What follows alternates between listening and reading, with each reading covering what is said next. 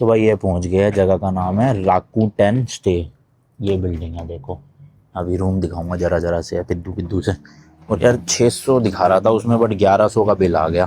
महंगा ही बढ़ गया। Thank you bye. ये कुछ तो कोड वोड है भाई, पता नहीं क्या है, पढ़ना पड़ेगा। The pin code is needed to open the electronic lock at the facility. ठीक है, send you pin code in advance by email. Okay, email पे आएगा पिन कोड, तो वो उससे खोलना है। तो पता नहीं, पहले तो ऐप में 600 येन दिखा रहा था, बट अब बिल बना 1100 येन, यानी इंडिया के 650 रुपये। तो 1 किलोमीटर के 650 रुपये तो महंगा ही पड़ गया हिसाब किताब। भाई कोड से डाल के अंदर आ गया मैं।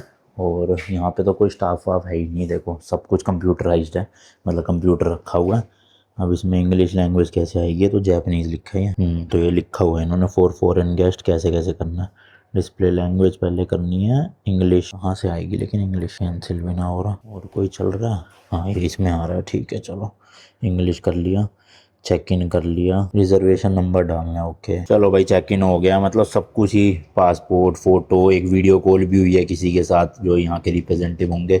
सब वेरिफिकेशन होने के बाद रूम नंबर आ गया था, और उसकी एक की भी आ गई थी। तो अब वो रूम नंबर पे जाना है मुझे और की डालनी है। चेक इन अपना डन हो चुका है, सही चीज़ है भाई।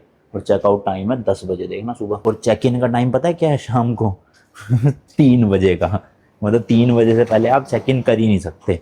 तो आधा तो टाइम वैसे ही खत्म हो गया दिन का भाई साहब। 3 बजे जब आप चेक इन दे रहे हो और फिर चेकआउट भी कह रहे हो 10 बजे करो, तो ये बड़ा लफड़ा है यहाँ जापान में ना, कि चेकआउट जल्दी और चेक इन लेट। 6 फ्लोर है भाई साहब इसमें। तो कुछ कुछ तो ऐसे भी होटल्स थे जिनकी शाम की 4:30 बजे की चेक इन थी। मैंने कहा भाई दो ही मत चेक इन, छोड़ ही दो तुम, बारिश हो जाएंगे रोड पे। 4:30 बजे भी क्यों दे के बेचारे हम पे दया खानी है ना। खैर ये 3 बजे वाला मिल रहा था, इसलिए मैंने ये कर लिया। 1,000 रुपये इससे सस्ता था, वो 4:30 बजे का था। बट मैं सोच रहा था वही कर देता, क्या फ़ायदा हुआ, क्योंकि मैं पहुंचा तो 6:30 बजे हुई यहाँ। तो देखो इस तरह की मशीन लगी हुई है। अब यहाँ पे कोड वोड डालना होगा। तो लो जी, अंदर आ गया हूँ। अंदर आते ही पहले ये पतला सा शीशा और इतनी सी ये अलमारी टाइप की, इसमें क्या ही आएगा भाई है। फिर घुसते ही लेफ्ट में एक है बाथरूम, बाहर की तरफ खुलेगा ये, इस तरह का भाई। तो वही सीट तो यहाँ हर जगह मेरे को लगता है वो ऑटोमेटिक वाली देते हैं, यहाँ भी देखो वही दे रखी है। और ये उसका रिमोट है। धोने वोने का जुगाड़ मस्त है, गर्म पानी ठंडा पानी जैसे भी करना है। छोटा सा बाथटब है जिसमें कौन ही बैठ पाएगा, छोटा बच्चा ही बैठ पाएगा।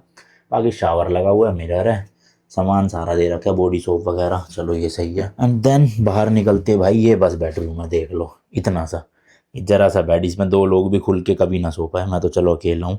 इतना सा बेड, सामने टीवी लगा हुआ है सोनी का, ऊपर एसी लगा हुआ है। इधर बालकनी वालकनी कुछ नहीं है, सिर्फ ये खिड़की है जिसमें से बहुत चिल्ड चिल्ड हवा आ रही है। तो बंद ही कर दूँ इसको थोड़ा।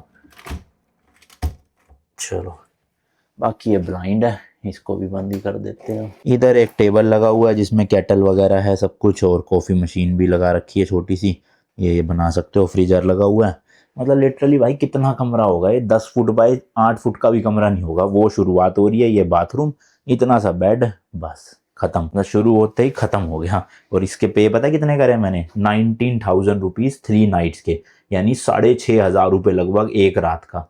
आज तक यूरोप में मैंने इतने देश घूमा, यूके में घूमा, वहाँ पे भी जो 5-6 हज़ार के रूम मिलते थे ना, वो इससे डबल साइज़ के तो होते थे एटलीस्ट। और यहाँ पे भाई टोक्यो नेक्स्ट लेवल महंगा है, क्योंकि शहर छोटा है, पॉपुलेशन ज़्यादा है, टूरिस्ट भी बहुत ज़्यादा आते हैं। ये बटन वटन भी भाई जैपनीज़ में लिखे हैं, कुछ समझ तो आ नहीं रहा मुझे, सब ट्रांसलेट कर करके देखना पड़ेगा। यहाँ पे भी देखो कौन सा गीजर का है, कौन सा लाइट का है, फ़ैन का है। भाई रेस्टोरेंट जाने की हिम्मत तो नहीं थी, इसलिए ऊबर ईट से खाना ऑर्डर कर दिया।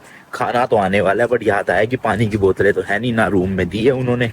तो एक सुपरमार्केट है, सुपरमार्केट का ग्रोसरी स्टोर है छोटा सा, वहां से 2-4 बोतलें उठा लाता हूँ। 3 दिन रहना तो यही है भाई साहब। देखना नॉर्मल गलियों में भी वेंडिंग मशीन लगा रखी है इन्होंने, हद ही हो गई बताओ। यहाँ भी मिल रही है, पर ये पानी की बोतलें बहुत महंगी होएगी, तो सुपरमार्केट से ले लेता हूँ। ये ले भाई, एक बोरी सामने, 2 इधर है ये रही, और 2 उधर है बोरी। मैं तो एक भी सर्दी के हिसाब से कपड़े नहीं लेकर आया, सारी हाफ टी शर्टें हैं। और आज का टेम्परेचर देख के तो लग रहा है अब 1 महीना मेरी बैंड बजेगी पूरे जापान में। या तो मुझे 2-3 जैकेटें खरीदनी पड़ेगी, क्योंकि अगर ऐसी बारिशें होती रही तो ठंडा होता रहेगा। 16 डिग्री है, रात में तो मेरे ख्याल 10-11 डिग्री पहुंच जाएगा। रूम के अंदर तो नहीं लगती खैर, मेन समस्या बाहर घूमने की है। ये है भाई वो सुपरमार्केट, यहाँ पानी की बोतलें है, तो बड़ी वाली बोतलें ले चलता हूँ, 2-3 काम ही आएगी। जूस भी ले लेता हूँ भाई, सुबह सुबह 1 गिलास पी लूँगा तो थोड़ी तो एनर्जी आएगी बॉडी में। एक एप्पल ले लेता हूँ और एक ऑरेंज। 259 येन का है 900 ml का, और ये सस्ता है एप्पल वाला, ये 189 का है। तो मतलब कितने 80-90 रुपए के आसपास पड़ा शायद। तो वही टोटल बना है 1729 का बिल। एक मैंने छाता भी ले लिया क्योंकि यहाँ बारिश का कुछ नहीं पता ना। Thank you. 3 पानी की बोतल, 2 जूस और 3 केले सुबह के। छाता सही है भाई, ले लिया ना, क्योंकि अब बारिशों का कोई भरोसा नहीं है, कभी भी आ सकती है। तो एक छाता रहना चाहिए अपने पास।